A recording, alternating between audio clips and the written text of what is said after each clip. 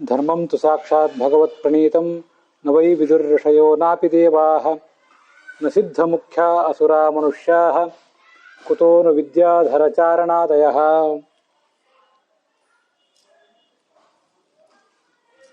ಯಮಿಂದ್ರಂ ವಯಃ ಸುಪರ್ಣಾಃ ಪ್ರಿಯಮೇಧಾಃ ಋಷಯಃ ನಃ ಧ್ವಾಂತಮುಪೋರ್ಣುಹಿ ಪೂರ್ಧಿ ಚಕ್ಷುಃ ನಿಧಯೇವ ಬದ್ಧಾನಸ್ಮಾನ್ ಮುಮುಗ್ಧಿ ಇತಿ ನಾಧಮಾದಾಃ ಉಪಸೇದುಃ ತೇನ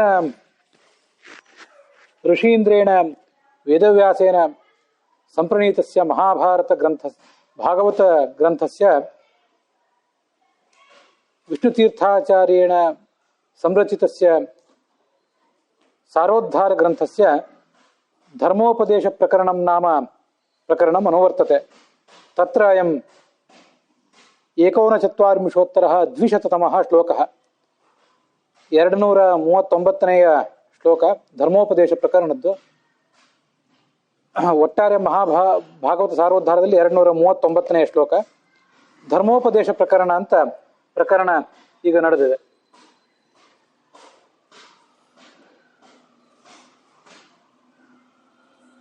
ಈ ಧರ್ಮೋಪದೇಶ ಪ್ರಕರಣದಲ್ಲಿ ಹೇಗೆ ಸಾಧಕನಾದವನು ಬೇರೆ ಬೇರೆ ಧರ್ಮಗಳನ್ನು ಅಭ್ಯಾಸ ಮಾಡಬೇಕು ಮತ್ತು ಅದನ್ನು ತಾನು ಹೇಗೆ ಅನುಸರಿಸಬೇಕು ಅಂತ ಅನ್ನೋದನ್ನೆಲ್ಲ ಈ ಕಳೆದ ದಿವಸದ ಅದರ ಹಿಂದಿನ ಭಾಗಗಳಲ್ಲೆಲ್ಲ ನಾವು ನೋಡ್ತಾ ಇದ್ದೀವಿ.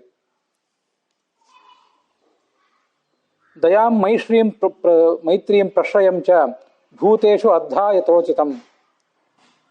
ಎಲ್ಲ ಜೀವಗಳ ಬಗ್ಗೆಯೂ ಕೂಡ ಕರುಣೆ ಇರಬೇಕು, ಸ್ನೇಹ ಇರಬೇಕು, ವಿನಯ ಇರಬೇಕು. ಯಥೋಚಿತಂ, ದೊಡ್ಡವರನ್ನು ಹೇಗೆ ಗೌರವಿಸಬೇಕು ಹಾಗೆ ದೊಡ್ಡವರನ್ನು ಗೌರವಿಸಬೇಕು, ಸಮಾನರನ್ನು ಹೇಗೆ ಗೌರವಿಸಬೇಕು ಹಾಗೆ ಸಮಾನರನ್ನು ಗೌರವಿಸಬೇಕು, ಚಿಕ್ಕವರಲ್ಲಿ ಏನು ಕರುಣೆ ಇತ್ಯಾದಿಗಳನ್ನು ತೋರಿಸ್ಬೇಕು ಅದನ್ನು ತೋರಿಸ್ಬೇಕು.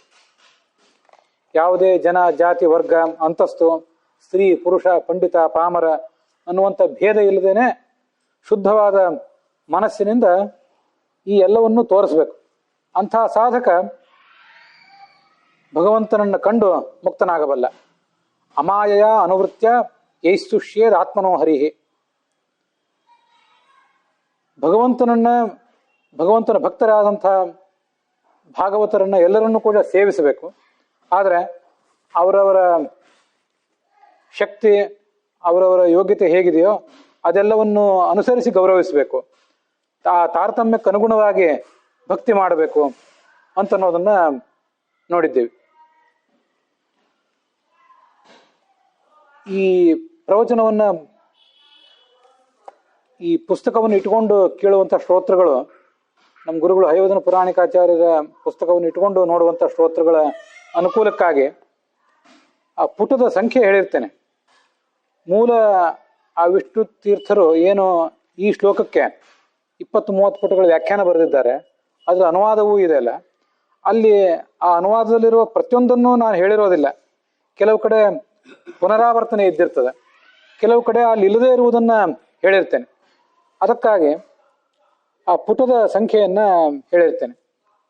112ನೇ ಪುಟದಲ್ಲಿ ದಯಾಂ ಮೈತ್ರೀಂ ಪ್ರಶ್ರಯಂ ಚ ಅಮಾಯಯಾನುವೃತ್ಯ ಇವೆಲ್ಲ ಸಂಗತಿಗಳು ಬಂದಿವೆ.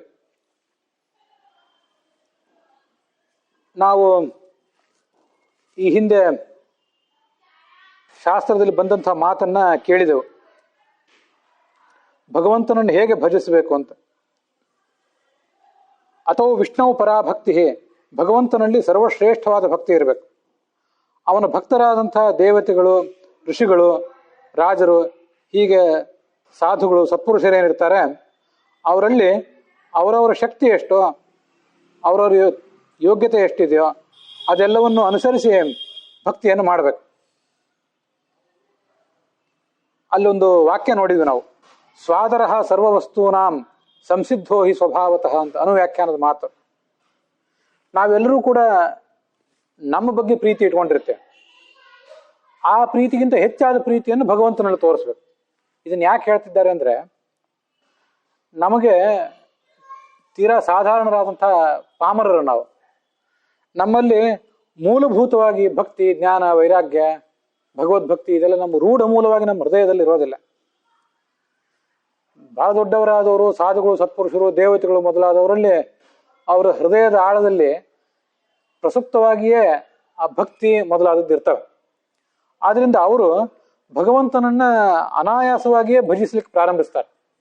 ನಮ್ಮಂಥವರಿಗೆ ಭಗವಂತನ ಭಕ್ತಿ, ಭಗವಂತನ ಭಕ್ತರಾದಂಥವರು, ಋಷಿಗಳು, ಸಾಧುಗಳು, ಸತ್ಪುರುಷರು ಅವ್ರ ಬಗ್ಗೆ ಹೆಚ್ಚು ತಿಳುವಳಿಕೆಯನ್ನ ಹೊರಗಿನ ಮೂಲಗಳಿಂದ, ಬಾಹ್ಯ ಮೂಲಗಳಿಂದ ಇವರಲ್ಲಿ ತುಂಬಬೇಕಾಗ್ತದೆ.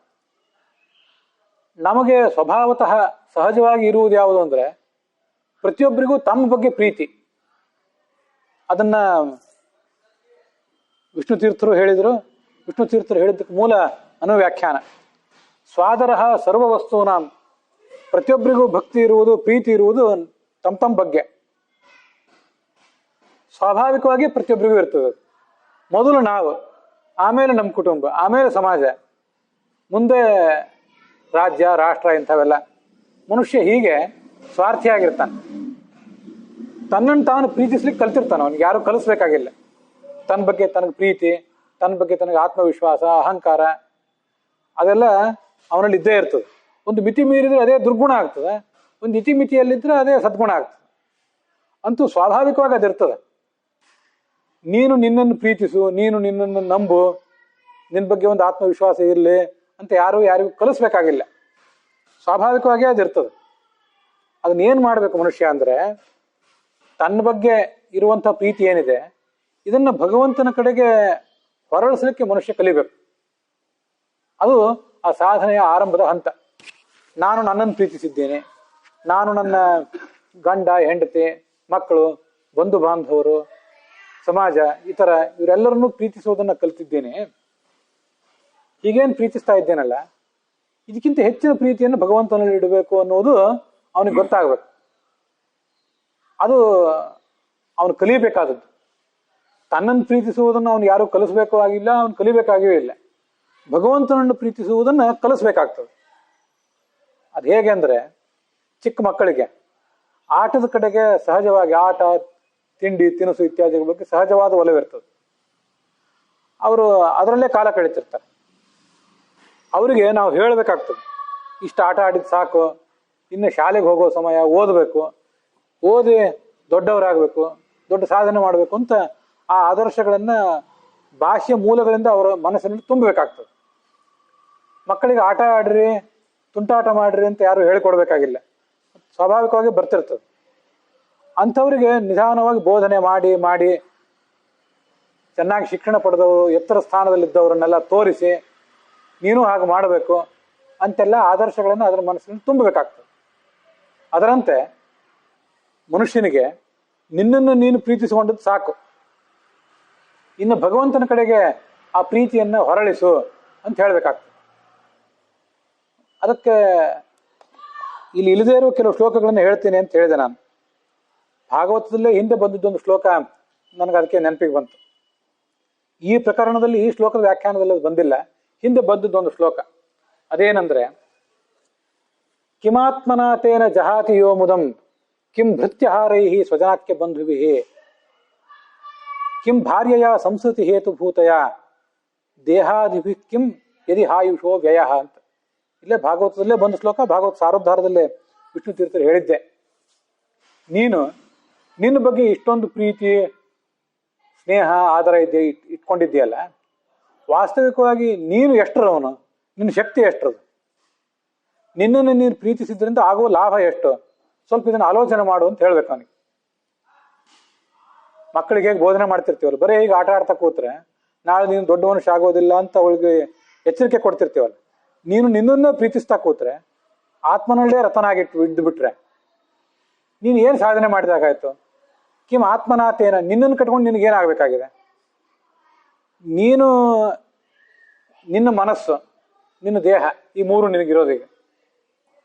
ಯಾವತ್ತು ನಿನ್ನ ಮನಸ್ಸಿನಲ್ಲಿ ಏನು ಬರ್ತದೋ ಅದೆಲ್ಲ ನಡೀತದೇನೋ, ಅದರಂತೆ ಕೆಲಸ ಆಗ್ತಾವೇನೋ ಎಲ್ಲ ಕಡೆ. ಸುಖನೇ ಬೇಕು ಅಂತ ನಮಗೆಲ್ಲರಿಗೂ ಅಪೇಕ್ಷೆ ಇದೆ, ದುಃಖ ಬೇಡ ಅಂತ ಅಪೇಕ್ಷೆ ಇದೆ. ಆದರೆ ಯಾವಾಗ್ಲೂ ಸುಖ ಬೇಕು ಅಂತ ಅಪೇಕ್ಷೆ ಇದೆಯೇನು? ಯಾವಾಗ್ಲೂ ಸುಖ ಆಗ್ತದೇನೋ? ದುಃಖ ಆಗಲೇಬಾರ್ದು ಅಂತಿದೆ, ದುಃಖ ಆಗುವುದು ತಪ್ಪದೇನೋ? ಇಲ್ಲೊಂದು ವಿಚಾರ ಮಾಡಬೇಕು. ಇನ್ನೊಬ್ರು ಯಾರೋ ನಮಗೆ ತೊಂದರೆ ಕೊಟ್ಟಾಗ ದುಃಖ ಆಗ್ತದೆ, ಇನ್ನೊಬ್ರು ಯಾರೋ ನಮಗೆ ಸುಖ ಕೊಡದೇ ಇದ್ದಾಗ ನಮಗೆ ಸುಖ ಸಿಗದಂತಾಗ್ತದೆ ಅಂತ ಅಷ್ಟೇ ಅಲ್ಲ, ಇನ್ನೊಬ್ಬರನ್ನ ಬಿಟ್ಬಿಡೋಣ. ನಮ್ಮ ಕೈಯಲ್ಲೇ ಇರುವಂತಹ ಕೆಲವು ವಸ್ತುಗಳು, ನಮ್ಮ ಕೈಯಲ್ಲೇ ಇರುವಂತಹ ಸನ್ನಿವೇಶಗಳು, ಅವನ್ನೇ ಅವಲಂಬಿಸಿದ್ರು ಇನ್ನೊಬ್ಬರ ಅವಲಂಬನೆ ಏನೂ ಇಲ್ಲದೆ ಹೋದ್ರೂ ನಮಗೆ ಯಾವಾಗಲೂ ಸುಖ ಆಗ್ತದೆ ನಿಶ್ಚಿತ ಇಲ್ಲ. ಇದನ್ನ ನಾವು ತುಂಬಾ ಆಲೋಚನೆ ಮಾಡಿ ತಿಳ್ಕೋಬೇಕು. ನಮ್ಗೆ ಅನೇಕ ಥರದ ದುಃಖ ಆಗ್ತಿರ್ತವೆ, ಸುಖ ಆಗ್ತಿರೋದಿಲ್ಲ. ಇದಕ್ಕೆಲ್ಲ ಇನ್ನೊಬ್ರು ಎಷ್ಟು ಕಾರಣ, ನಾವೆಷ್ಟು ಕಾರಣ? ನಾವೆಲ್ಲ ಯಾವತ್ತೂ ಇನ್ನೊಬ್ಬರ ತಲೆಯ ಮೇಲೆ ಗೂಬೆ ಕೂಡಿಸ್ತಿರ್ತೇವೆ, ಅವರೇ ಇದಕ್ಕೆಲ್ಲ ಕಾರಣ ಅಂತೇಳಿ. ಆದ್ರೆ ವಾಸ್ತವಿಕವಾಗಿ ಅವರೆಷ್ಟು ಕಾರಣ, ನಾವೆಷ್ಟು ಕಾರಣರು? ನಮ್ಮ ತಪ್ಪು, ನಮ್ಮ ಇತಿಮಿತಿಗಳಿಂದಲೇ ನಮಗೆ ಸುಖ ಆಗುವುದು ತಪ್ಪುತ್ತದೆ, ಮತ್ತೆ ದುಃಖ ಆಗುವುದು ಹಾಗೇ ಆಗ್ತದೆ. ಅನೇಕ ದುಷ್ಟತನಗಳನ್ನ, ದುಷ್ಟ ಚಟಗಳನ್ನ, ವ್ಯಸನಗಳನ್ನ ಬಿಡುವುದು ಯಾರ ಕೈಯಲ್ಲಿದೆ? ಅದಕ್ಕೆ ಯಾರು ಬಿಡಬಾರದು ಅಂತ ಹೇಳಿ ಯಾರಾದರೂ ರಾಜರು, ಸರ್ಕಾರದವರು, ಯಾರಾದ್ರು ದುಷ್ಟರು ನಮ್ಗೆ ಒತ್ತಾಯ ಮಾಡಿದ್ದಾರೇನು? ಏನೂ ಇಲ್ಲ. ಆದ್ರೂ ನಾವು ದುರ್ವ್ಯಸನಗಳಿಗೆ, ಚಟದ ದಾಸರಾಗಿದ್ದೇವೆ. ಇದು ಯಾರಿಂದ ಆಗೋದು? ನಮ್ಮಿಂದನೇ ಆಗೋದು. ಭಗವದ್ಗೀತಾ ಸ್ಪಷ್ಟವಾಗಿ ಹೇಳ್ತದೆ, ಆತ್ಮೈವ ಹ್ಯಾತ್ಮನೋ ಬಂಧು ಆತ್ಮೈವ ರಿಪುರಾತ್ಮನಃ. ನಿನ್ನ ಮನಸ್ಸೇ ನಿನಗೆ ಶತ್ರು, ನಿನ್ನ ಮನಸ್ಸೇ ನಿನಗೆ ಮಿತ್ರ ಅಂತ. ನಮ್ಮ ಕೈಯಲ್ಲೇ ಇದ್ದಾಗ ನಾವು ಅದನ್ನು ಮಾಡ್ತಿಲ್ಲ ಯಾಕೆ? ಸುಖ ಆಗುವುದು ನಮ್ಮ ಕೈಯಲ್ಲೇ ಇದೆ, ಸದಭ್ಯಾಸಗಳನ್ನು ರೂಢಿಸ್ಕೋಬೇಕು. ಆದ್ರೆ ನಾವು ಅದನ್ನ ಯಾವುದನ್ನು ಮಾಡ್ತಿಲ್ಲ ಯಾಕೆ? ಇನ್ನೊಬ್ಬರಿಂದ ನಮಗಾಗುವ ತೊಂದರೆ ಎಷ್ಟು, ನಮ್ಮಿಂದಲೇ ನಮಗಾಗುವ ತೊಂದರೆ ಎಷ್ಟು ಅಂತ ಆಲೋಚನೆ ಮಾಡಿದರೆ ನಮ್ಮಿಂದ ನಮಗಾಗುವ ಸಮಸ್ಯೆಗಳೇ ಹೆಚ್ಚು. ಆದ್ರಿಂದ ಮನುಷ್ಯ ತನ್ನನ್ನು ತಾನು ಗೆಲ್ಲುವ ಪ್ರಯತ್ನ ಮಾಡಬೇಕು, ಇನ್ನೊಬ್ಬರನ್ನ ಗೆಲ್ಲುವುದು ಆಮೇಲೆ. ಇದು ಮನುಷ್ಯ ಸಾಧಿಸ್ಕೋಬೇಕು. ಕಿಮ್ ಆತ್ಮನಾಥೇನ ಜಹಾತಿಯೋ ಮುದಂ, ಅದೇ ಭಾಗವತ ಕೇಳ್ತೀವಿ. ನಿನಗೇನು, ನಿನ್ನ ಇಚ್ಛೆಗೆ ತಕ್ಕಂತೆ ನಡೆಯೋಣ, ಬೇರೆಯವ್ರ ಇಚ್ಛೆ ಆ ಕಡೆ ಇರಲಿ. ನಿನಗೆ ಬೇಕಾದ ಉದ್ಯೋಗ, ನಿನಗೆ ಬೇಕಾದ ವ್ಯವಹಾರ, ನಿನಗೆ ಬೇಕಾದ ಪರಿಸರ ಎಲ್ಲ ಒದಗಿಸಿಕೊಡೋಣ. ನೀನು ಹೇಳಿದಂತೆಯೇ ಜಗತ್ತು ನಡೆದ್ರು ನಿನಗೆ ಸುಖ ಆಗ್ತದೆ ನಿಶ್ಚಿತ ಇಲ್ಲ. ಜಗತ್ತಿನಲ್ಲಿದ್ದವ್ರು ಎಲ್ಲರೂ ನಿನ್ನ ಮಾತು ಕೇಳಿದ್ರು ಸುಖ ಆಗ್ತದೆ ನಿನಗೆ? ಆಗೋದಿಲ್ಲ. ಮತ್ತು ಹಾಗಾದ್ರೆ ನೀನು ನಿನ್ನನ್ನು ಪ್ರೀತಿಸಿ ಏನು ಉಪಯೋಗ? ಸ್ವಲ್ಪ ಇದನ್ನು ಆಲೋಚನೆ ಮಾಡು ಅಂತ ನಾವು ನಮ್ಮ ಮನಸ್ಸಿಗೆ ಹೇಳ್ಕೋಬೇಕಂತ. ಆಮೇಲೆ ಇನ್ನೊಬ್ರಿಗೆ ಬೋಧನೆ ಮಾಡ್ಬೇಕು. ನಾವು ಅದನ್ನು ಗೆದ್ದರೆ ಕಿಂ ಭೃತ್ಯಹಾರೈಹಿ ಸ್ವಜನಾಖ್ಯ ಬಂದಿವಿ, ನಮ್ಮದಾದ್ಮೇಲೆ ಇನ್ನ ನಮ್ಮ ಅಣ್ಣ ತಮ್ಮಂದರು, ಮಕ್ಕಳು, ಮೊಮ್ಮಕ್ಕಳು, ಇವ್ರ ಬಗ್ಗೆ ಗಮನ ಹರಿಸೋಣ. ಇವ್ರನ್ನೆಲ್ಲ ನಮ್ಮವರು ಅಂತ ಬಹಳ, ನಮ್ಮ ಜಾತಿಯವರು, ನಮ್ಮ ಜನಾಂಗ, ನಮ್ಮ ಪಂಗಡ, ನಮ್ಮ ಊರಿನವರು ಅಂತ ಇಷ್ಟೆಲ್ಲ ನಂಬಿ ನಡ್ಕೊಳ್ಲಿಕ್ಕೆ ಹೊರಟಿದ್ದೀಯಲ್ಲ, ಅವ್ರನ್ನ ಏನು ಸುಖ ಕೊಡ್ತಾರೆ? ಕಿಂ ಆತ್ಮನಾಥೇನ ಕಿಂ ಭೃತ್ಯಹಾರೈಹಿ ಸ್ವಜನಾಖ್ಯ ಬಂದಿವಿ. ನಿನ್ನ ತಮ್ಮಂದರು, ನಿನ್ನ ಹೆಂಡತಿ, ನಿನ್ನ ಬೀಗರು, ಸಂಬಂಧಿಕರು, ಮಕ್ಕಳು, ಮೊಮ್ಮಕ್ಕಳೆಲ್ಲ ನಿನ್ನಲ್ಲಿರುವುದನ್ನು ಕಸಿಲಿಕ್ಕೆ ಕೂತವ್ರ. ಭೃತ್ಯ ಕಿಂ ಭೃತ್ಯಹಾರೈಹಿ ಸ್ವಜನಾಖ್ಯ ಬಂಧುವಿಹಿ ಅಂತ ನಿನ್ನಲ್ಲಿರುವುದನ್ನು ಕಸಗೊಳ್ಳಿಕ್ಕೆ ಕೂತ್ಕೊಂಡವ್ರು. ಅವ್ರ ನಿನಗೇನು ಕೊಡ್ತಾರೆ? ವಾಲ್ಮೀಕಿಗಳನ್ನ ಆ ಋಷಿಗಳು ಕೇಳಿದ್ರಲ್ಲ, ಆ ಕಥಾ ನಿಮಗೆ ಗೊತ್ತಿದೆ. ಬೇಡರಾಗಿದ್ರು ಅವ್ರು, ಮೊದಲು ಎಲ್ಲಾರನ್ನೂ ಸುಲಿದು ತಿಂತಾ ಇದ್ರು. ಆವಾಗ ಅವರಿಗೆ ಋಷಿಗಳು, ಸಪ್ತ ಋಷಿಗಳು ಭೇಟಿ ಆಯ್ತು. ಇಷ್ಟನ್ನೆಲ್ಲ ಜನರನ್ನು ದೋಚ್ತಾ ಇದ್ದಿ, ಇದೆಲ್ಲ ತೊಂದರೆ ಕೊಡ್ತಿದ್ಯಲ್ಲ ಜನರಿಗೆ, ಇದನ್ನೆಲ್ಲ ಯಾರ ಸಲುವಾಗಿ ಮಾಡ್ತಾ ಇದ್ದಿ ನೀನು ಅಂತ ಕೇಳಿದ್ರು ಋಷಿಗಳು ವಾಲ್ಮೀಕಿಗಳನ್ನ. ಅವ್ರಿನ್ನೂ ರಾಮಾಯಣ ಬರೆಯೋದಕ್ಕಿಂತ ಮುಂಚೆ, ಋಷಿ ಆಗೋದಕ್ಕಿಂತ ಮುಂಚೆ. ಇನ್ನು ಕುಟುಂಬದ ಸಲುವಾಗಿ, ಬೇರೆ ಎಲ್ಲರೂ ಏನು ಮಾಡ್ತಾರೆ, ಕುಟುಂಬ ಸಲುವಾಗಿ ಮಾಡೋರು, ನಾನು ಅದನ್ನೇ ಮಾಡ್ತಿದ್ದೀನಿ ಅಂತಂದ್ರಿ ಇವರು. ಕುಟುಂಬದ ನಿನ್ನ ಹೆಂಡತಿ, ಮಕ್ಕಳು, ತಂದೆ ತಾಯಿ, ಬಂಧು ಬಾಂಧವ್ರನ್ನ ಕೇಳಿ ಬಾ. ಇದರಿಂದ ಏನಾರು ಪಾಪ ಬಂದ್ರೆ ಆ ಪಾಪಕ್ಕೆ ಅವ್ರೇನಾದ್ರು ಜವಾಬ್ದಾರ ಆಗ್ತಾರೋ ಕೇಳಿ ಬಾ ಅಂತ ಋಷಿಗಳು ಹೇಳಿದ್ರು. ನಾವಿಲ್ಲೇ ನಿಂತಿರ್ತೀವಿ, ಹೋಗಿ ಕೇಳಿ ಬಾ ಅಂದ್ರು. ನೀನು ಕುಟುಂಬದ ಯಜಮಾನ ಅವ್ರಂದ್ರು, ನಾವು ದುಡ್ದು ಹಾಕೋದು ನಿನ್ನ ಕೆಲಸ, ನಿನ್ನ ಪಾಪಕ್ಕೆ ನಾವ್ಯಾಕೆ ಭಾಗಿದಾರರಾಗಬೇಕು, ಮಾಡು ನಿನ್ನ ಕೆಲಸ ಅಂತ ಅವ್ರು ಇವನು ದಬಾಯಿಸಿ ಕಳಿಸಿಬಿಟ್ರು. ಹಾಗಾದ್ರೆ ಅವ್ರ್ಯಾರು ನಿನ್ನ ಪಾಪಕ್ಕೆ ಜವಾಬ್ದಾರರಲ್ಲ, ಭಾಗಿದಾರರಲ್ಲ ಅಂದಮೇಲೆ ಮತ್ತೆ ನಿನ್ನಲ್ಲಿರುವುದನ್ನು ಕಸೀಲಿಕ್ಕೆ ಮಾತ್ರ ಅವ್ರು ನಿಂತವ್ರು ಅಂತಂದ ಮೇಲೆ ಹಾಗಾದ್ರೆ ಅಂಥವ್ರಿಂದ ಏನಾಗಬೇಕಾಗಿದೆ ನಿನಗೆ ಅಂತ ಋಷಿಗಳು ಅವನನ್ನು ಕೇಳಿದ್ರು ವಾಲ್ಮೀಕಿನ. ಅವಾಗ ಅವನಿಗೆ ಮನಃ ಪರಿವರ್ತನ ಆಯ್ತು, ಋಷಿ ಆದ, ರಾಮಾಯಣ ಬರೆದ ಕಥಾ. ಇದು ನಮ್ದು ಇದು ಕಥಾನೆ. ಇವರೆಲ್ಲ ನಮಗೆ ನಮ್ಮಲ್ಲಿರೋದನ್ನ ಕಸೀಲಿಕ್ಕೆ ಕೂತವ್ರ, ಅವರಿಂದ ಅವ್ರನ್ನ ಪೂರ್ಣವಾಗಿ ನಂಬಿ ನಮಗೇನಾಗಬೇಕಾಗಿದೆ? ಕಿಂ ಭಾರ್ಯಯ ಸಂಸ್ಕೃತಿ ಹೇತುಭೂತಯ. ಅಲ್ಲ ಉಳಿದವ್ರು ಏರೇ ಇರಲಿ, ನನ್ನ ಹೆಂಡತಿ ಅಥವಾ ನನ್ನ ಗಂಡ ನನಗೆ ಬಹಳ ಪ್ರೀತಿ ಪಾತ್ರಳಾದವಳು, ದೇಹ ಮನಸ್ಸು ಸುಖ ದುಃಖ ಎಲ್ಲ ಹಂಚಿಕೊಂಡು ಬದುಕುವವಳು, ಅವಳನ್ನಾದ್ರೂ ನಂಬುತ್ತೀನಿ ಅಂದ್ರೆ, ನೀ ಅವಳನ್ನೇ ನಂಬಿ ಮುಂದುವರೆದ್ರೆ ಸಂಸಾರವೇ ಮುಂದುವರಿತದಷ್ಟೇ. ಸಂಸ್ಕೃತಿ ಹೇತುಭೂತಯ. ಸಾಮಾನ್ಯವಾಗಿ ಸಂಸಾರದಲ್ಲೇ ಅವ್ರು ತಮ್ಮಷ್ಟಕ್ಕೆ ನಿಮ್ಮನ್ನು ಎಳಿತಾ ಇರ್ತಾರೆ. ಅವರು ಏನೋ ಭಗವಂತನ ಅನುಗ್ರಹದಿಂದ ಜ್ಞಾನ ಭಕ್ತಿ ವೈರಾಗ್ಯ ಒಂದು ಸ್ವಲ್ಪ ಅಧ್ಯಾತ್ಮದ ಬಗ್ಗೆ ಒಲವುಳ್ಳವರಾದರೆ ಇಬ್ಬರದು ಸೇರಿ ಸಂಸಾರ ಭಗವಂತನ ಕಡೆಗೆ ಹೋಗ್ತದೆ. ಇಲ್ಲದೆ ಹೋದರೆ ಅವಳೊಂದು ಅಭಿಪ್ರಾಯ ಒಂದೊಂದು ಅಭಿಪ್ರಾಯ ಆದರೆ ಎತ್ತು ಏರಿಗೆ ಹೇಳಿದ್ರೆ ಕೋಣ ನೀರಿಗೆ ಹೇಳಿದು ಅಂತೇಳಿ ಸಂಸಾರ ಹಾಳಾಗಿ ಹೋಗ್ತದೆ. ಸಂಸಾರನೇ ಮುಂದುವರಿತದೆ, ಅಲ್ಲೇ ಮುಳುಗಿ ಹೇಳ್ತಾ ಇರ್ತೀರಿ ಹೊರತು ನೀವು ಮುಂದುವರಿಯೋದೇ ಇಲ್ಲಲ್ಲ. ಅಧ್ಯಾತ್ಮದ ಕಡೆ ಗಮನ ಹೋಗೋದು ಯಾವಾಗ? ದೇಹಾದಿಭಿಕ್ಕಿಂ ಯರಿಹಾಯುಷೋ ವ್ಯಯ, ಅದಿರಲಿ ನನ್ನ ದೇಹ ಇದನ್ನು ಭಗವಂತ ನನಗೆ ಕೊಟ್ಟಿದ್ದಾನೆ. ನನ್ನ ಕಣ್ಣು, ಕಿವಿ, ಮೂಗು, ನಾಲಿಗೆ ಮೊದಲಾದದ್ದೆಲ್ಲ ನನಗೆ ಬಂದಿವೆ.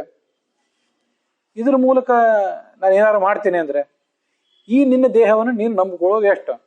ಇದೆಲ್ಲ ನಿನ್ನ ಆಯುಷ್ಯವನ್ನು ಕಳೀಲಿಕ್ಕಿರೋದು. ದೇಹ ಇವತ್ತು ಹುಟ್ಟಿತು, ಚಿಕ್ಕ ಮಗು ಇವತ್ತೊಂದು ಹುಟ್ಟಿತು ಅಂದರೆ ಇವತ್ತು ಬೆಳಿಗ್ಗೆ ಹುಟ್ಟಿತು, ಮಧ್ಯಾಹ್ನ, ಸಾಯಂಕಾಲ, ನಾಳೆ, ನಾಡ್ದು ಅದು ಆಯುಷ್ಯ ಕಳ್ಕೋತಾನೆ ಹೊರಡ್ತದಲ್ಲ. ನಮ್ಮ ದೇಹ ನಿನ್ನೆ ಇದ್ದಷ್ಟು ಆಯುಷ್ಯ ಈ ದೇಹಕ್ಕೆ ಇವತ್ತಿಲ್ಲ, ಇವತ್ತಿದ್ದಷ್ಟು ನಾಳೆ ನಮ್ಮ ಈ ದೇಹಕ್ಕೆ ಆಯುಷ್ಯ ಇರೋದಿಲ್ಲ. ನಮ್ಮ ಆಯುಷ್ಯ ಹೋಗ್ಲಿಕ್ಕೆ ಇರೋದು ಈ ದೇಹ. ಸರ್ವೇಂದ್ರಿಯಾಣ ಜರಯಂತಿ ತೇಜ ಕಾಟಕೋಪನಿಷತ್ತು ಹೇಳ್ತದೆ.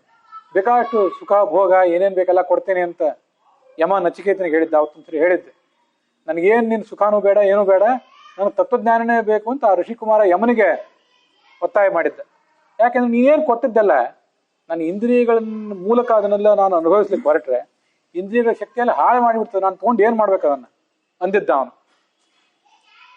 ಹೀಗಿರೋದ್ರಿಂದ ನಾನು ನನ್ನನ್ನು ಪ್ರೀತಿಸಿ ಏನು ಉಪಯೋಗ? ನನ್ನ ಹೆಂಡತಿ, ಮಕ್ಕಳು, ಗಂಡ, ಹೆಂಡತಿ ಇವನ್ನೆಲ್ಲ ಪ್ರೀತಿಸಿ ಏನು ಉಪಯೋಗ? ನನ್ನ ದೇಹ, ನನ್ನ ಮನೆ, ನನ್ನ ದೇಹ ಗೇಹ, ದೇಹ ಅಂದ್ರೆ ಇದು ದೇಹ, ಗೇಹ ಅಂದ್ರೆ ಮನೆ, ಇವನ್ನೆಲ್ಲ ಇಷ್ಟು ಹಚ್ಚಿಕೊಂಡು ಏನು ಉಪಯೋಗ? ಇದನ್ನು ಬಿಡೋಣ, ಇದನ್ನು ಇಷ್ಟು ದಿವಸ ಇದನ್ನು ಹಚ್ಕೊಂಡದ್ದಾಯ್ತು. ಇದನ್ನು ಯಾರೂ ಹೇಳ್ಕೊಟ್ಟಿದ್ದಿಲ್ಲ, ನಾವೇ ಮಾಡ್ಕೊಂಡು ಹೊರಟಿದ್ದೆವು. ಈ ಅಂಟನ್ನು, ಈ ಒಂದು ಆಧಾರವನ್ನು, ಇದೇ ಭಕ್ತಿಯನ್ನು ಪರಮಾತ್ಮನ ಕಡೆಗೆ ತೋರಿಸೋಣ ಅಂತ ಸ್ವಲ್ಪ ಆಲೋಚನೆ ಮಾಡಬೇಕು ಮನುಷ್ಯ. ಹಾಗೆ ಮಾಡಿದಾಗ ಅವನು ಭಕ್ತಿಯ ಮಾರ್ಗದಲ್ಲಿ ಮುಂದೆ ಹೋಗ್ತಾನೆ. ಅದನ್ನೇ ಶಾಸ್ತ್ರ ಹೇಳೋದು. ಸ್ವಾಭಾವಿಕವಾಗಿ ಎಲ್ರಿಗೂ ಇರ್ತದೆ. ಸರ್ವಸ್ಯಾತ್ಮ ಬಹುಮತಃ ಸರ್ವೋಪಿ ಮನ್ಯತೆ ಲೋಕಃ ಆತ್ಮಾನಂ ಬುದ್ಧಿಮತ್ತರಂ, ಸರ್ವಸ್ಯಾತ್ಮ ಬಹುಮತಃ ಸರ್ವೋತ್ಮಾನಂ ಪ್ರಶಂಸತಿ ಮಹಾಭಾರತ ಹೇಳ್ತದೆ. ಪ್ರತಿಯೊಬ್ಬರು ಕೂಡ ತನ್ನ ಬಗ್ಗೆ ತಾನೊಂದು ಯಾರೋ ಭಾರಿ ವಿಶಿಷ್ಟ ವ್ಯಕ್ತಿ ಅಂತ ತನ್ನ ಬಗ್ಗೆ ತನಗೊಂದು ಆತ್ಮಗೌರವ ಇರ್ತದೆ. ಸರ್ವೋತ್ಮಾನಂ ಪ್ರಶಂಸತಿ, ತನ್ನನ್ನು ತಾನು ಪ್ರಶಂಸೆ ಮಾಡ್ಕೋತಾನೆ ಇರ್ತಾನೆ, ಇನ್ನೊಬ್ರನ್ನ ಬೈತಾನೆ ಇರ್ತಾನೆ. ನಿಂದಂತಿ ಚ ಪರಾಂ ಬುದ್ಧಿಂ ಸ್ವಾಂ ಪ್ರಶಂಸಂತಿ ಚ ಅಸಕೃತ, ಮಹಾಭಾರತದ ಮಾತು. ನಿನ್ನ ಬಗ್ಗೆ ನಿನಗಿರೋ ದುರಭಿಮಾನ, ನಿನ್ನ ಬಗ್ಗೆ ಇರುವ ಆತ್ಮ ಪ್ರಶಂಸೆ, ಪರನಿಂದೆ ಇವೆಲ್ಲ ಸಾಕಿನ್. ಸ್ವಲ್ಪ ಭಗವಂತನ ಕಡೆಗೆ ಇದೇ ಪ್ರೀತಿಸುವ ಗುಣ ಮನುಷ್ಯನಿಗೆ ಒಳಗಿರ್ತದೆ. ಆ ಪ್ರೀತಿಸುವ ಗುಣವನ್ನೇ ಭಗವಂತನ ಕಡೆಗೆ ಹೊರಳಿಸು. ಆಟ ಆಡುವುದು, ತುಂಟಾಟ ಮಾಡುವುದು ನಿಮ್ಮ ಮಕ್ಕಳ ಚಟುವಟಿಕೆ ಏನಿದೆ ಅದು ಸಾಕಿನ್ನ. ಸ್ವಲ್ಪ ದೊಡ್ಡವನಾದಿ ಮಗು, ನೀನು ಶಾಲೆಗೆ ಹೊರಡು ಅಂತ ಅದಕ್ಕೆ ತಲೆ ತುಂಬುತ್ತೇವಲ್ಲ, ಹಾಗೆ ನಮ್ಮ ಮನಸ್ಸಿಗೆ ನಾವು ತುಂಬಬೇಕು. ಆದ್ರಿಂದ ತುಷ್ಯೇತ್ ಆತ್ಮದೋ ಹರಿಹಿ, ಭಗವಂತನಿಗೆ ಆತ್ಮದ ಅಂತ ಶಬ್ದ ಉಪಯೋಗ ಮಾಡ್ತಾರೆ. ಆತ್ಮದ ಅಂದ್ರೆ ತನ್ನನ್ನು ತಾನೇ ಕೊಟ್ಕೊಳ್ಳುವವನು. ಈ ಜಗತ್ತಿನಲ್ಲಿ ನಮಗೆ ತಮ್ಮನ್ನು ತಾವೇ ಕೊಟ್ಕೊಳ್ಳುವವರು ಯಾರಿದ್ದಾರೆ? ನಮ್ಮ ಹೆಂಡತಿ ಆದ್ರೂ ನಮ್ಮ ಗಂಡ ಆದ್ರೂ ಪೂರ್ಣವಾಗಿ ತಮ್ಮನ್ನು ತಾವು ನಮಗೆ ಕೊಟ್ಕೋತಾರ? ಇದು ನಾವೆಲ್ಲ 50, 60, 70 ಸಮೀಪ ಬಂದಿದ್ದೇವೆ. ಜೀವನದ ಇತಿಮಿತಿ ನಮಗೆಲ್ಲ ಗೊತ್ತು. 20, 30 ಆರಂಭದಲ್ಲಿ ಏನೊಂದು ಉಮೇದಿತ್ತು, ಹುರುಪಿತ್ತು ಸಂಸಾರದಲ್ಲಿ, ಅಷ್ಟು ಈಗಿದೆಯಾ ನಮಗೆ? ಏನು ನಾವು ಸಂಸಾರದಿಂದ ನಿರೀಕ್ಷೆ ಮಾಡಿದ್ದೆವು, ಏನೊಂದು ಭಾರಿ ಸುಖ ಅನುಭವಿಸಿ ಸಂತೋಷ ಪಡಬೇಕು ಅಂತ ನಾವೇನು ಮಾಡಿದ್ದೇವೆ, ಅಂಥದ್ದು ಏನು ನಿರೀಕ್ಷೆ ಮಾಡಿದ್ದೆ ಅದು ಹೆಂಡತಿಯಿಂದ ಆದರೂ ಗಂಡನಿಂದ ಆದರೂ ಅಂಥದ್ದೇನಾದರೂ ಸಿಗ್ತದೇನೋ? ಅವರು 100% ನಮ್ಮ ಹೆಂಡತಿ ನಮಗೆ, ನಾವು 100% ನಮ್ಮ ಹೆಂಡತಿಗೆ ಒಪ್ಪಿಸ್ಕೊಂಡಿದ್ದೀವ? ಇದು ನಮಗೆಲ್ಲ ಗೊತ್ತೇ ಇದ್ದದ್ದು, ಯಾರಿಗೂ ಹೇಳಬೇಕಾಗಿಲ್ಲ. ಎಲ್ಲ ಕಡೆನೂ ಸ್ವಲ್ಪ ಅಂತರ ಇದ್ದೇ ಇರ್ತದೆ. ದೇವತೆಗಳು ಶಿವ, ಪಾರ್ವತಿ, ಲಕ್ಷ್ಮೀನಾರಾಯಣ ಅವರಲ್ಲಿ 100% ಹೊಂದಾಣಿಕೆ ಇರ್ತದೆ. ನಮ್ಮಲ್ಲೇನು 100% ಹೊಂದಾಣಿಕೆ ಇರ್ತದೆ? ಆದ್ರಿಂದ ನಾವು ಇವ್ರು ಯಾರು ಏನು ಕೊಡ್ತಾರೆ? ಹೆಂಡತಿ ಗಂಡನಿಗೆ ಅಡಿಗೆ ಮಾಡಿ ಹಾಕ್ತಾಳೆ, ಗಂಡ ಹೆಂಡತಿಗೆ ಇಷ್ಟೇನೋ ಸಾಮಾನುಗಳು ತಂದು ಕೊಡ್ತಾನೆ, ಸುಖ ಕೊಡ್ತಾರೆ ಒಂದಿಷ್ಟು. ಆದರೆ ತನ್ನನ್ನು ತಾನು ಪೂರ್ಣವಾಗಿ ಅರ್ಪಿಸ್ಕೊಳ್ಳಿಕ್ಕೆ ಯಾರಿಗೂ ಸಾಧ್ಯ ಆಗೋದಿಲ್ಲ. ಅದನ್ನ ಯಾರಾದರೂ ಮಾಡುವವರಿದ್ರೆ ಭಗವಂತ ಮಾತ್ರ. ಅವನೇ 100% ತನ್ನ ಭಕ್ತನಿಗೆ ತನ್ನನ್ನು ಒಪ್ಪಿಸ್ಕೋತಾನೆ. ಅದಕ್ಕೆ ಅವನನ್ನು ಆತ್ಮದ ಅಂತ ಹೇಳಿದರು. ಅಷ್ಟು ಹೊಂದಾಣಿಕೆ ಇರೋದು ಅವನಿಗೆ ಮಾತ್ರ. ಅವನನ್ನ ಧ್ಯಾನಿಸ್ಬೇಕು. ಯಾವುದೇ ಕಪಟವಿಲ್ಲದ ಸೇವಾ ಅವನಿಗೆ ನಾವು ಮಾಡಬೇಕು ಅಂತ ಅದರ ಅರ್ಥ. ಆದ್ರಿಂದ ನಾನು, ನನ್ನದು, ನನ್ನ ಮನೆ, ನನ್ನ ಧನ ಕನಕ ಇತ್ಯಾದಿಗಳೇನಿವೆ ಇದೆಲ್ಲದಕ್ಕಿಂತಲೂ ಹೆಚ್ಚಿನ ಪ್ರೀತಿಯನ್ನ ಆ ಭಗವಂತನ ಬಗ್ಗೆ ತೋರಿಸುವುದನ್ನ ನಾವು ರೂಢಿ ಮಾಡ್ಕೊಳ್ಬೇಕು. ಮುಂದೆ 117ನೇ ಪುಟದಲ್ಲಿ ಭಾಗವತದ 3ನೇ ಸ್ಕಂದದ 30ನೇ ಅಧ್ಯಾಯದ 17ನೇ ಶ್ಲೋಕವೊಂದನ್ನು ಉದ್ಧರಿಸ್ತಾರೆ. ವಿಷ್ಣು ತೀರ್ಥರೇ ಉದ್ಧರಿಸಿದ್ದಾರೆ. ಸಾಧು ಸಂಘದ ಶಿಕ್ಷಣ ಅಂತ. ಈ ಮೊದಲು 115ನೇ ಪುಟದಲ್ಲಿ ಸರ್ವತೋ ಮನಸೋ ಸಂಘದ ಶಿಕ್ಷಣ, ಮನಸ್ಸನ್ನು ಬೇರೆ ಯಾವುದರಲ್ಲೂ ನೆಲೆಗೊಳಿಸಬಾರದು, ಭಗವಂತನಲ್ಲೇ ನೆಲೆಗೊಳಿಸಬೇಕು, ಅವನೇ ತಂದೆ ತಾಯಿ ಅನ್ನುವಂಥ ಎಚ್ಚರ ಇರಬೇಕು. ಅದು ಸರ್ವಪೂರ್ಣವಾಗಿ ಮನಸ್ಸನ್ನ ಅಸಂಗ ಮಾಡಬೇಕು, ಭಗವಂತನಲ್ಲೇ ಸಂಘ ಮಾಡಬೇಕು, ಬೇರೆ ಯಾವುದ್ರ ಬಗ್ಗೆನೂ ಸಂಘವನ್ನು ಅದಕ್ಕೆ ಇದ್ದದ್ದನ್ನು ಕತ್ತರಿಸಿ ಹಾಕಬೇಕು. ಅದು ಮೊದಲನೇದ್ದು. ಎರಡನೇದ್ದು ಸಾಧು ಸಂಘದ ಶಿಕ್ಷಣ. ಸಂಗಮ್ ಸಾಧುಚ ಶಿಕ್ಷೇತ್ ಅಂತ 11ನೇ ಸ್ಕಂದದಲ್ಲಿ ಬಂತು. ಅದಕ್ಕೆ ಪೂರಕವಾಗಿ 3ನೇ ಸ್ಕಂದದಲ್ಲಿರುವಂತಹ ಒಂದು ಮಾತು. ಇದು 117ನೇ ಪುಟದಲ್ಲಿ ಬಂದದ್ದು. ಒಂದು ಸಂಸ್ಕೃತದ ಸುಭಾಷಿತ ಶ್ಲೋಕ ನಮ್ಗೆ ನೆನಪಿಗೆ ಬರ್ತದೆ. ಸಂಸಾರ ವಿಷವೃಕ್ಷಸ್ಯ ದ್ವೇ ಫಲೇ ಹ್ಯಮೃತೋಪಮೇ ಕಾವ್ಯಾಮೃತ ರಸಾಸ್ವಾದ ಸಂಗತಿ ಸುಜನೈ ಸಹ ಅಂತ. ಈ ಸಂಸಾರ ಅನ್ನೋದು ಒಂದು ವೃಕ್ಷ, ಅಂತಿಂತ ವೃಕ್ಷ ಅಲ್ಲ ಅಂತಿದೆ, ವಿಷವೃಕ್ಷ ಇದೆ. ನೋಡಿದ್ರೆ ಗೊತ್ತಾಗ್ತದೆ. ಸುತ್ತಮುತ್ತಲು ಈ ಸಂಸಾರದ ವೃಕ್ಷದಲ್ಲಿ ಎಲ್ಲಿ ಹೋದ್ರೂ ವಿಷಯುಕ್ತವಾದ ಗಾಳಿ, ವಿಷಯುಕ್ತವಾದ ನೆರಳು, ತಂಪು ಬೇಸಿಗೆ ಬಿರುಗಾಳಿಯಲ್ಲಿ ಬಿರು ಬೇಸಿಗೆಯಲ್ಲಿ ಒದ್ದಾಡಿ ಆ ನೆರಳಿಗಂತ ಹೋಗ್ಬೇಕಂತ ಹೋಗ್ತೀವಿ. ನೆರಳು ತಂಪಾಗಿದೆಯೇನೋ, ವಿಷದ ನೆರಳು, ವಿಷದ ಎಲೆಗಳು, ವಿಷದ ಕೊಂಬೆ, ವಿಷದ ಬೇರು, ಆ ತೊಗಟೆ ಮುಟ್ಟಿದ್ರೆ ವಿಷ.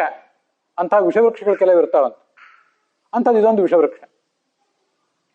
ಯಾವ್ಯಾವ ಸಣ್ಣ ಸಣ್ಣ ಕೆಲವು ವೃಕ್ಷಗಳು ಇರ್ತಿರ್ತವೆ, ಪಾರ್ಥೇನಿಯಂ ಮೊದಲಾದ್ದಲ್ಲ, ಮುಟ್ಟಿದ ಕೈ ಹೊಲಸು ವಾಸನೆ ಅಂತವ್ರು ಬರ್ತಿರ್ತವೆ. ಈ ಸಂಸಾರ ಅಂತ ಒಂದು ದೊಡ್ಡ ಹೆಮ್ಮರ ಇದೆ, ಆದ್ರದ್ದು ವಿಷವೃಕ್ಷ. ಆದ್ರೆ ಬದುಕುವುದೇ ಅಲ್ಲಿ, ಅಲ್ಲೇ ಬದುಕಬೇಕಲ್ಲ, ಅದನ್ನ ಬಿಟ್ಟು ಹೋಗುವುದಿಲ್ಲ. ಸಂಸಾರ ಬಿಟ್ಟು ಎಲ್ಲಿ ಹೋಗುವುದು? ಈಗ ಮುಕ್ತರಾದ್ಮೇಲೆ ವಿಷಯ ಬೇರೆ. ಇಷ್ಟೆಲ್ಲ ಸಂಸಾರ ಅನ್ನೋದು ವಿಷವೃಕ್ಷ ಆದ್ರೂ ಅದ್ರ ಹಣ್ಣು ಮಾತ್ರ ಎರಡು ಅಮೃತದ ಹಣ್ಣು ಅಂತೆ. ಬಹಳ ಸ್ವಾರಸ್ಯದ ಸಂಗತಿ ಅದು. ಬೇರು, ತೊಗಟೆ, ಕಾಂಡ, ಎಲೆ ಎಲ್ಲ ವಿಷದ್ದೇ, ಭಾರಿ ಹಾನಿಕರ. ಆದ್ರೆ ಎರಡು ಅದರಲ್ಲಿ ಅಮೃತದ ಹಣ್ಣಿವೆ. ಯಾವುದಂದ್ರೆ ಕಾವ್ಯಾಮೃತ ರಸಾಸ್ವಾದ. ಕಾವ್ಯ ಶಾಸ್ತ್ರ ಪುರಾಣ ಇತ್ಯಾದಿಗಳನ್ನು ಕೇಳುವುದು ಇದೊಂದು ದೊಡ್ಡ ಹಣ್ಣಿದೆ. ಈ ಹಣ್ಣನ್ನು ಮನುಷ್ಯ ಬಯಸಬೇಕು. ಇನ್ನೊಂದು ಮತ್ತೊಂದು ಹಣ್ಣು ಏನಂದ್ರೆ ಸಂಗತಿ ಸುಜನೈ ಸಹ. ಸುಜನರು ಸಜ್ಜನರ ಜೊತೆಗೆ ಸಮಾಗಮ, ಜ್ಞಾನಿಗಳ ಜೊತೆಗೆ ಸಮಾಗಮ ಅನ್ನೋದು ಎರಡನೇ ಹಣ್ಣು. ಸಂಸಾರ ಬಹಳ ಕೆಟ್ಟದಿದೆ, ಕಲಿಯುಗ ಕೆಟ್ಟದು, ಜಗತ್ತು ಕೆಟ್ಟ ಹೋಗಿದೆ, ದುಷ್ಟರೇ ತುಂಬಿಕೊಂಡಿದ್ದಾರೆ, ಎಲ್ಲ ಸರಿ. ಇಷ್ಟರ ನಡುವೆನೂ ಎರಡು ಹಣ್ಣು ಎಲ್ಲಿ ಹೋದ್ರೂ ಸಿಕ್ಕೇ ಸಿಗ್ತದೆ. ಕಲಿಯುಗ ಎಷ್ಟೇ ಮುಂದುವರಿಲಿ, ಎಷ್ಟೇ ಹಾಳಾಗಲಿ, ಸಂಸಾರ ಎಷ್ಟೇ ದುಷ್ಟವಾಗಲಿ, ಸುತ್ತಮುತ್ತಲಿನ ಪರಿಸರ ಎಷ್ಟೇ ಕೆಡಲಿ, ಈ ಶಾಸ್ತ್ರ ಪುರಾಣ ಇತ್ಯಾದಿಗಳ ಶ್ರವಣ ಅಧ್ಯಯನ ಇದಕ್ಕೆ ಯಾರು ಏನು ಧಕ್ಕೆ ತಂದಿಲ್ಲಲ್ಲ. ಅದ್ಯಾಕೆ ಓದ್ತಿದ್ದೀರಿ ಅಂತ ಯಾರು ಕೇಳ್ತಿಲ್ಲ. ಅವು ಇದ್ದೇವೆ, ನಾವು ಉಪಯೋಗ ಮಾಡ್ಕೋಬೇಕು. ಸಜ್ಜನರು ಕಡಿಮೆ ಇರಬಹುದು, ಇದ್ದೇ ಇದ್ದಾರೆ. ಅಲ್ಲಲ್ಲಿ ಎಲ್ಲ ದೇಶದಲ್ಲೂ, ಎಲ್ಲ ಕಾಲದಲ್ಲೂ, ಎಲ್ಲ ಜಾತಿಯಲ್ಲೂ ಸಜ್ಜನರು ಇದ್ದೇ ಇದ್ದಾರೆ. ಅವ್ರು ಸಮಾಗಮ ಮಾಡಬೇಕು, ಅದು ಎರಡನೇ ಹಣ್ಣು. ಅದನ್ನೇ ಸಾಧು ಸಂಘದ ಶಿಕ್ಷಣ ಅಂತ 117ನೇ ಪುಟದಲ್ಲಿ ಬಂದದ್ದು. ಮಹತಾಂ ಬಹುಮಾನೇನ ಹೀನಾನಾಂ ಅನುಕಂಪಯ ಮೈತ್ರ್ಯ ಚೈವ ಆತ್ಮತುಲ್ಯೇಶು ಭಗವಾನ್ ಸಂಪ್ರಸೀದತಿ. ಸುಂದರವಾದ ಮಾತು. ದೊಡ್ಡವರು, ನಮ್ಗಿಂತ ದೊಡ್ಡವರು ಏನಿದ್ದಾರೆ ಅವ್ರ ಬಗ್ಗೆ ನಾವು ಬಹುಮಾನ ಮಾಡಬೇಕು, ಅಂದ್ರೆ ಗೌರವ ತೋರಿಸ್ಬೇಕು. ಮಹತಾಂ ಬಹುಮಾನೇನ. ಮತ್ತೆ ಹೀನಾನ ಅನುಕಂಪಯ. ನಮ್ಮ ಸುತ್ತಮುತ್ತಲರು ನಮಗೆ ಸಿಗುವವರು 3 ಥರದವರು: ದೊಡ್ಡವರು, ಮತ್ತೆ ನಮ್ಗಿಂತ ಕೆಳಗಿನವರು, ಮತ್ತೆ ಸಮಾನರು. ನಮ್ಗಿಂತ ಧನ ಸಂಪತ್ತು ಅಂತಸ್ತು ಇತ್ಯಾದಿ ದೃಷ್ಟಿಯಿಂದ ಕಡಿಮೆ ಆದವರಿದ್ರೆ ಅವ್ರ ಬಗ್ಗೆ ಅನುಕಂಪ ತೋರಿಸ್ಬೇಕು, ಕರುಣೆ. ಅವ್ರಿಗೇನಾದ್ರೂ ಸಾಧ್ಯವಾದ್ರೆ ನಮ್ಮಿಂದ ಸಹಾಯ ಮಾಡಬೇಕು. ಅಪಕಾರ ಆದ್ರೂ ಮಾಡಬಾರ್ದು ಕೊನೆ ಪಕ್ಷ. ಅದು ಅನುಕಂಪ. ಮೈತ್ರ್ಯಾಚೈವ ಆತ್ಮತುಲ್ಯೇಶು. ನಮಗೆ ಸಮಾನರಾದವರು, ನಮ್ಮ ವಯಸ್ಸಿಗೆ ಸಮಾನರಾದವರು, ಅಂತಸ್ತು, ಸಾಮಾಜಿಕ ಅಂತಸ್ತು, ಧನ ಕನಕ ಇತ್ಯಾದಿಗಳನ್ನು ಸಮಾನರಾದವರು ಏನಿರ್ತಾರೆ ಅದ್ರ ಬಗ್ಗೆ ಮೈತ್ರಿ ಇರಬೇಕು, ಪ್ರೀತಿ ಗೌರವ ಇರಬೇಕು. ಒಂದಂತೂ ವಿಷಯ, ಈ ಜಗತ್ತಿನಲ್ಲಿ ಯಾರ ಬಗ್ಗೆನೂ, ಯಾವ ದೇಶದ, ಯಾವ ಜಾತಿಯ, ಯಾವ ಜನವರ್ಗದ, ಯಾವ ಪಂಗಡದ ವ್ಯಕ್ತಿಯ ಬಗ್ಗೆನೂ ದ್ವೇಷ ಇರಬಾರ್ದು. ತುಂಬಾ ಸ್ಪಷ್ಟವಾಗಿ ಇದನ್ನ ಈ ಕಾಲದಲ್ಲಿ ನಾವು ತಿಳ್ಕೋಬೇಕು. ಈಗ ಯಾಕಂದ್ರೆ ಪ್ರತಿಯೊಬ್ಬರಿಗೂ ಕೂಡ ಇನ್ನೊಬ್ಬರ ಬಗ್ಗೆ ಅಪನಂಬಿಕೆ, ದ್ವೇಷ, ಅದೆಲ್ಲ ಈ ಪಂಗಡಗಳು, ಜಾತಿಗಳು, ವರ್ಗಗಳು, ವರ್ಗಭೇದ, ಅಂತಸ್ತಿನ ಭೇದ, ಇದೆಲ್ಲದರಿಂದ ಇವತ್ತು ಬಹಳ ಸಮಾಜದಲ್ಲಿ ಇದು ಹರಡ್ತದೆ. ಅದಕ್ಕಾಗಿ ಶಾಸ್ತ್ರ ಏನು ಹೇಳಿದೆ ಅಂತ ನಾವು ತಿಳ್ಕೋಬೇಕು. ಶಾಸ್ತ್ರದಲ್ಲಿ ಇದೆಲ್ಲ ಇದ್ದದ್ದು ನಮ್ಗೆ ಗೊತ್ತಿಲ್ಲದೆ ಹೋದರೆ ನಾವು ಬಹಳ ಹಾನಿಗೀಡಾಗ್ತೇವೆ. ನಮಗೆ ನಾವು ಹಾನಿ ಮಾಡ್ಕೋತೀವಿ, ಸಮಾಜಕ್ಕೂ ಹಾನಿ ಮಾಡ್ತೇವೆ, ರಾಷ್ಟ್ರಕ್ಕೆ ಹಾನಿ ಮಾಡ್ತೇವೆ. ಆದ್ರಿಂದ ಎಲ್ಲಿಯೂ ದ್ವೇಷ ಇರತಕ್ಕದ್ದಲ್ಲ. ದುರ್ಜನರು ಇದ್ದಾರೆ, ಅಲ್ಲಲ್ಲಿದ್ದಾರೆ, ಅವ್ರ ಬಗ್ಗೆ ಎಚ್ಚರಿಕೆ ಇರಲಿ. ಹಾವಿನ ಬಗ್ಗೆ ಎಚ್ಚರಿಕೆ ಇರಲಿ, ದ್ವೇಷ ಬೇಡ. ಶಾಂತಿ ಪರರ ವೈರಿ, ಸಿಟ್ಟು ದ್ವೇಷ ತನ್ನ ವೈರಿ. ಸಿಟ್ಟು ದ್ವೇಷಕ್ಕೆ ಮನಸ್ಸಿನಲ್ಲಿ ಆಸ್ಪದವೇ ಇರಬಾರದು. ಎಚ್ಚರಿಕೆ ಇರಬೇಕು ಯಾರಿಂದ, ಮೂರ್ಖ ಆಗಬಾರ್ದು ಮನುಷ್ಯ. ಸುಮ್ಮನೆ ಪ್ರೀತಿ, ಸ್ನೇಹ, ಉದಾರ ಮನಸ್ಸು ಅನ್ನೋ ಹೆಸರು ಹೇಳಿಕೊಂಡು ಮೋಸಕ್ಕೆ ಒಳಗಾಗಬಾರ್ದು. ದುಷ್ಟರಿದ್ದಾರೆ, ಹಾವುಗಳಿವೆ, ಅದ್ರ ಬಗ್ಗೆ ಎಚ್ಚರಿಕೆಯಿಂದ ಇರಬೇಕು. ಆದರೆ ದ್ವೇಷ, ಸಿಟ್ಟು ಇದು ಯಾರ ಬಗ್ಗೆನೂ ಬೇಡ. ಎಲ್ಲರ ಬಗ್ಗೆನೂ ದೊಡ್ಡವರಿದ್ದರೆ ಅವ್ರ ಬಗ್ಗೆ ಗೌರವ, ಸಮಾನರಿದ್ದರೆ ಅವ್ರ ಬಗ್ಗೆ ಮೈತ್ರಿ, ಸ್ನೇಹ ಭಾವ. ಕೆಳಗಿನವ್ರು ಕಂಡ್ರೆ, ನಮ್ಗಿಂತ ಅವ್ರು ದುರ್ಬಲರಾಗಿ ಕಂಡ್ರೆ ಅವರಿಗೆ ಅನುಕಂಪೆ ತೋರಿಸ್ಬೇಕು. ಯಾವ ಕಾರಣಕ್ಕಾಗಿಯೂ ಅವ್ರ ಬಗ್ಗೆ ಅಪನಂಬಿಕೆ, ಅವ್ರಿಗೆ ಹೀಗೆ ಆಗಲಿ ಅನ್ನುವಂಥ ತಾತ್ಸಾರದ ಮನೋಭಾವ, ದ್ವೇಷದ ಮನೋಭಾವ ಇದಿರಬಾರ್ದು. ಇದ್ರೇ ಭಗವಾನ್ ಪ್ರಸೀದತೆ. ದ್ವೇಷ, ತಾತ್ಸಾರ, ಅಪನಂಬಿಕೆ ಇವೆಲ್ಲ ಇದ್ರೆ ಭಗವಂತ ಎಂದೂ ಯಾರಿಗೂ ಸಿಗೋದಿಲ್ಲ. ಪಂಡಿತರಿಗೂ ಸಿಗೋದಿಲ್ಲ, ಪಾಮರರಿಗೂ ಸಿಗೋದಿಲ್ಲ. ಯಾವ ದೇಶ, ಯಾವ ಧರ್ಮ, ಯಾವ ಸಂಸ್ಕೃತಿ, ಆ ಯಾವ ಜನರಿಗೂ ಭಗವಂತ ಸಿಗೋದಿಲ್ಲ. ಅಷ್ಟು ಅವ್ರ ಬಗ್ಗೆ ಎಚ್ಚರಿಕೆಯಿಂದ ಇರಬೇಕು. ಮುಂದೆ ಶೌಚದ ಶಿಕ್ಷಣ, ಶೌಚವನ್ನು ಆಚರಿಸಬೇಕು ಅಂತ ಬಂತು. ನಮಗೆಲ್ಲರಿಗೂ ಗೊತ್ತು, ಇದೇ ಅಂತರಂಗ ಶುದ್ಧಿ, ಇದೇ ಬಹಿರಂಗ ಶುದ್ಧಿ ಕೇಳಿದೆವು ನಾವು. ಬಹಿರಂಗ ಶುದ್ಧಿ ಅಂದರೆ ದೇಹ ಸ್ವಚ್ಛವಾಗಿ ಇಟ್ಕೋಬೇಕು. ನಮ್ಮನ್ನು ನೋಡಿದ್ರೆ ಇನ್ನೊಬ್ರಿಗೆ ಅಸಹ್ಯ ಆಗುವಂಗಿರಬಾರ್ದು. ಬಟ್ಟೆ, ಬರೆ ಇತ್ಯಾದಿಗಳು ಸ್ವಚ್ಛವಾಗಿರಬೇಕು. ಅಂತರಂಗ ಶುದ್ಧಿ ಅಂದರೆ ನಡೆ, ಅದೂ ಶುದ್ಧವಾಗಿರ್ಬೇಕು.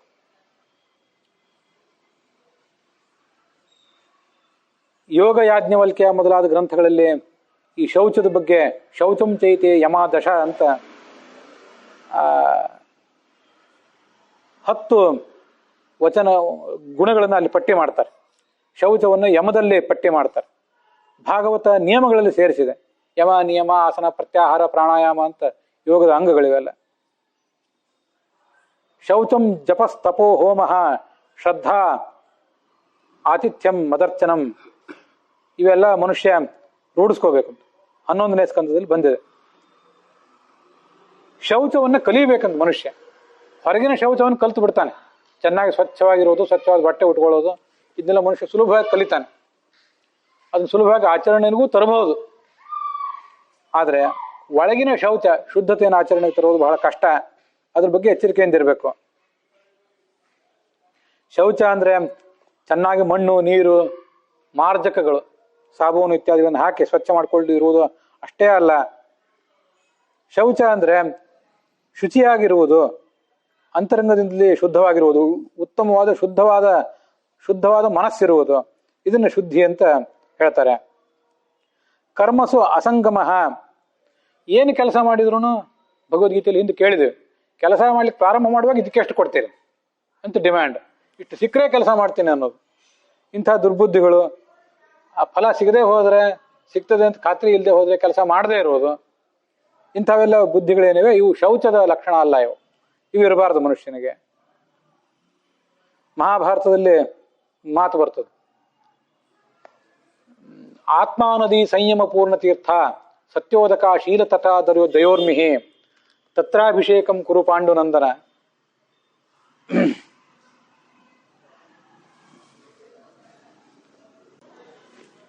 ನ ವಾರಿಣ ಶುದ್ಧತಿ ಚಾಂತರಾತ್ಮ. ಹೊರಗಿನ ದೇಹ ನೀರಿನಿಂದ ಶುದ್ಧ ಆಗಬಹುದು, ಅಂತರಾತ್ಮ ನೀರಿನಿಂದ ಶುದ್ಧ ಆಗೋದಿಲ್ಲ.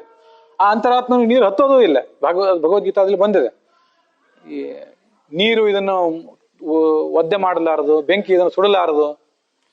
ನೈನಂ ಚಿಂದಂತೆ ಶಸ್ತ್ರಾಣಿ ನೈನಂ ದಹತಿ ಪಾವಕಃ ನಚೈನಂ ಕ್ಲೇದಯಂತ್ಯಾಪಹ. 100 ಕೊಡ ನೀರು ಹೊಯ್ಕೊಂಡ್ರು, ಗಂಗಾ ನದಿಯಲ್ಲಿ ಸ್ನಾನ ಮಾಡಿದ್ರು, ಹೊರಗಿನ ದೇಹ ಒದ್ದೆ ಆಗ್ತದೆ ಹೊರತು ಆತ್ಮ ಒದ್ದೆ ಆಗೋದಿಲ್ಲ. ಆದ್ರಿಂದ ಅಂತರಂಗದ ಶುದ್ಧಿಗೆ, ಆತ್ಮಕ್ಕೆ ಹೇಗೆ ಶುದ್ಧಿ ಆಗಬೇಕು ಅಂದ್ರೆ ತತ್ವಜ್ಞಾನದಿಂದಲೇ ಶುದ್ಧಿ ಆಗಬೇಕು.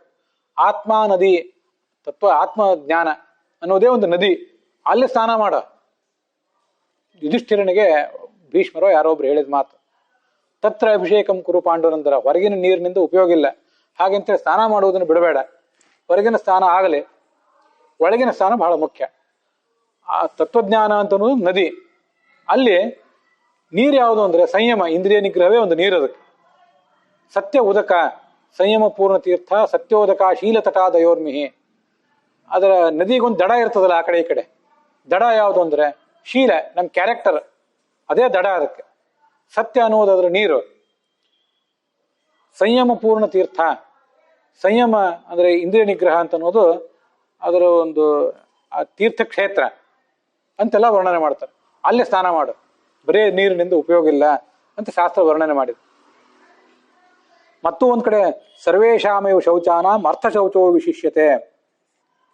ಎಲ್ಲಾ ಶೌಚಗಳು, ಬೇರೆ ಬೇರೆ ಬೇರೆ ಥರದ ಶೌಚಗಳಿವೆ. ಎಲ್ಲಾ ಶೌಚಗಳಲ್ಲಿಯೂ ಅರ್ಥ ಶೌಚ, ಸರಿಯಾದ ನ್ಯಾಯ ಮಾರ್ಗದಿಂದ ಧನ ಸಂಪಾದನೆ ಮಾಡುವುದು, ನ್ಯಾಯ ಮಾರ್ಗದಿಂದ ಅದನ್ನು ಖರ್ಚು ಮಾಡುವುದು, ಇದಕ್ಕೆ ಅರ್ಥ ಶೌಚ ಅಂತಾರೆ. ಇದು ಬಹಳ ಮುಖ್ಯ ಇದೆ. ಯಾರ್ಯಾರು ಒಂದು 10 ದಿವಸದಿಂದ ತಿಂಗಳಿನಿಂದ ಸ್ನಾನ ಮಾಡಿದ್ರೆ ನಮ್ಮ ಹತ್ರ ಬಂದ್ರೆ ವಾಸನೆ ಅವ್ರ ಹತ್ರ ಹೋಗಬಾರ್ದು ಅಂತ ಕಾಣಿಸ್ತದಲ್ಲ ನಮ್ಗೆ. ಆ ಥರ ಅನ್ಯಾಯದಿಂದ ದುಡ್ಡು ಸಂಪಾದನೆ ಮಾಡಿ ಅನ್ಯಾಯದಿಂದ ಗಳಿಸುವವರ ಕಡೆಯಿಂದನೂ ದುರ್ವಾಸನೆ ಬರ್ತಿರ್ತದೆ. ಆದರೆ ಆ ದುರ್ವಾಸನೆ ನಮ್ಮ ಮೂಗಿಗೆ ಗೊತ್ತಾಗೋದಿಲ್ಲ.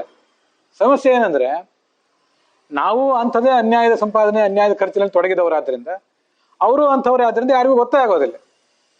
ನಾವು ಶುದ್ಧವಾದ ಪ್ರಾಮಾಣಿಕ ಮಾರ್ಗದಿಂದಲೇ ಧನ ಸಂಪಾದನೆ ಮಾಡುವುದು, ಖರ್ಚು ಮಾಡುವುದು ಅಂತ ವ್ರತ ಇಟ್ಕೊಂಡಿದ್ರೆ, ಅನ್ಯಾಯದಿಂದ ಧನ ಸಂಪಾದನೆ ಮಾಡುವವರ, ಅನ್ಯಾಯದಿಂದ ಖರ್ಚು ಮಾಡುವವರ ಬಳಿ ನಾವು ಹೋಗಬಾರ್ದು, ಅವ್ರನ್ನ ಸಮೀಪಕ್ಕೆ ಬಿಟ್ಕೋಬಾರ್ದು ನಾವು ಅಂತನೂ ಎಚ್ಚರ ಇರ್ತದೆ. ಅಕೃತ್ವ ಫಲ ಪರಸಂತಾಪಂ ಅಗತ್ವ ಖಲಮಂದಿರಂ ಅನುತ್ಸೃಜ್ಯ ಸತಾಂ ವರ್ತ್ಮ ಯತ್ ಸತ್ಯಮ ಯತ್ ಸ್ವಲ್ಪಮಪಿ ತದ್ಬಹು ಅಂತ ಒಂದು ಸುಭಾಷಿತ. ದುಡ್ಡು ಎಷ್ಟು ಗಳಿಸ್ತೀರಿ ಅನ್ನೋದು ಮುಖ್ಯ ಅಲ್ಲ, ಹೇಗೆ ಗಳಿಸಿದ್ದೀರಿ ಅನ್ನೋದು ಮುಖ್ಯ. ಅಕೃತ್ವ ಪರಸಂತಾಪಂ, ಇನ್ನೊಬ್ಬರಿಗೆ ನೋವು ಮಾಡದೆ. ಅಕೃತ್ವ ಪರಸಂತಾಪಂ ಅಗತ್ವ ಖಲಮಂದಿರಂ, ದುಷ್ಟರ ಮನೆಗೆ ಹೋಗದೆ. ದುಷ್ಟರ ಮನೆಗೆ ಹೋಗಬೇಡಿ, ದುಷ್ಟರಿಗೆ ಬೆಂಬಲ ಕೊಡಬೇಡಿ, ದುಷ್ಟರನ್ನ ನಿಮ್ಮ ಮನೆ ಒಳಗೆ ಬಿಟ್ಕೋಬೇಡ್ರಿ. ಅನುತ್ಸೃಜ್ಯ ಸತಾಂ ವರ್ತುವ, ಸಜ್ಜನರ ಮಾರ್ಗವನ್ನ ಧರ್ಮವನ್ನು ಯಾವತ್ತೂ ಬಿಡಬೇಡ್ರಿ. ಇಷ್ಟು ಮೂರನ್ನು ಇಟ್ಟುಕೊಂಡು ಏನು ಸ್ವಲ್ಪ ಸಂಪಾದನೆ ಮಾಡಿದ್ರು ಅದು ದೊಡ್ಡ ಧನನೇ. ಈ ಮೂರನ್ನು ಬಿಟ್ಟು ಕೋಟಿಗಟ್ಟಲೆ ರೂಪಾಯಿ ಸಂಪಾದನೆ ಮಾಡಿದ್ರು ಅದೆಲ್ಲ ಕಡಿಮೆನೆ. ಅವನು ಬಡವ, ಅವನು ಕೋಟಿಗಟ್ಟಲೆ ರೂಪಾಯಿ ಇದ್ರು ಅವನು ಬಡವ. ನೀವು 1 ರೂಪಾಯಿ ಇದ್ರು ನೀವು ಶ್ರೀಮಂತರೆ ಅಂತ ಶಾಸ್ತ್ರ ಎಚ್ಚರಿಸಿದೆ. ಇಂಥ ಅರ್ಥ ಶೌಚ, ಅಂತರಂಗದ ಶೌಚ, ತತ್ವಜ್ಞಾನದ ಮೂಲಕ ಶುದ್ಧವಾಗಿ ಸ್ನಾನ ಮಾಡುವ ಶೌಚ, ಇದನ್ನೆಲ್ಲ ಮನುಷ್ಯ ಅಳವಡಿಸ್ಕೋಬೇಕು. ಇದು 3ನೇದ್ದು. ಇನ್ನು ತಪಸ್ಸಿನ ಶೌಚ ಅಂತ ಬಂದಿದೆ, ಅದನ್ನ ಮುಂದಿನ ದಿವಸ ನೋಡೋಣ. ಇಲ್ಲಿಗೆ ಇವತ್ತಿನ ಈ ಭಾಗ ಸಮಾಪ್ತವಾಗಿದೆ.